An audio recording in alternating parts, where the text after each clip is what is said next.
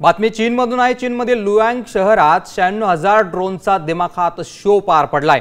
ड्रोन्सनी आकाशात विशाल झाडं आणि फुलं साकारण्यात आली आहे। ड्रोन आणि आतषबाजीच्या अद्भुत प्रदर्शनानं लाखो लोकांचं लक्ष वेधलंय।